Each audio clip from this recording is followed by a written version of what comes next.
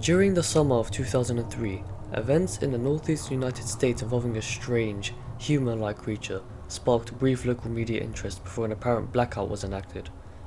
Little or no information was left intact, as most online and written accounts of the creature were mysteriously destroyed. Primarily focused in rural New York State and once found in Idaho, self-proclaimed witnesses told stories of their encounters with a creature of unknown origin. Emotions ranged from extremely traumatic levels of fright and discomfort to an almost childlike sense of playfulness and curiosity. While their published versions are no longer on record, the memories remained powerful. Several of the involved parties began looking for answers that year. In early 2006, the collaboration had accumulated nearly 24 documents dating between the 12th century and present day, spanning 4 continents. In almost all cases, the stories were identical. I've been in contact with a member of this group and was able to get some excerpts from their upcoming book. A Suicide Note, 1964. As I prepare to take my life, I feel it is necessary to assuage any guilt or pain I have introduced through this act.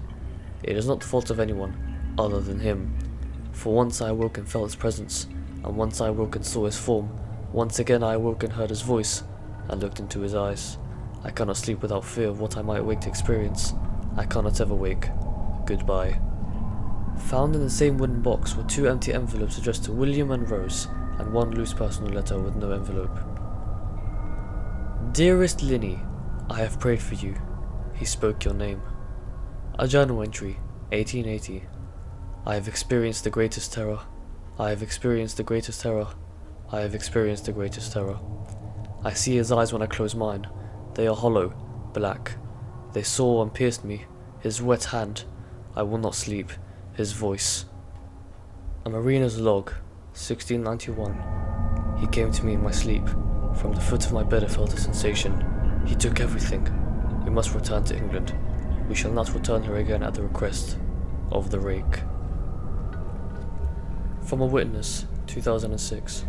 3 years ago I had just returned from a trip from Niagara Falls with my family for the 4th of July.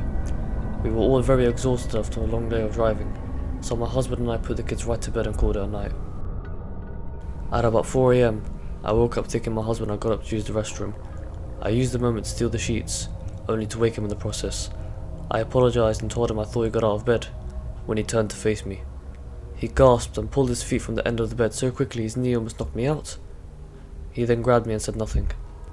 After adjusting to the dark for half a second, I was able to see what caused the strange reaction. At the foot of the bed, sitting and facing away from us, there was what appeared to be a naked man, or a large hairless dog of some sort. Its body position was disturbing and unnatural, as if it had been hit by a car or something. For some reason, I was not instantly frightened by it, but more concerned as to its condition. At this point I was somewhat under the assumption that I was supposed to help him. My husband was peering over his arm and knee, tucked into the fetal position, occasionally glancing at me before returning to the creature. In a flurry of motion, the creature scrambled around the side of the bed, and then crawled quickly in a flailing sort of motion right along the side of the bed, until it was less than a foot from my husband's face. The creature was completely silent for about 30 seconds, just looking at my husband.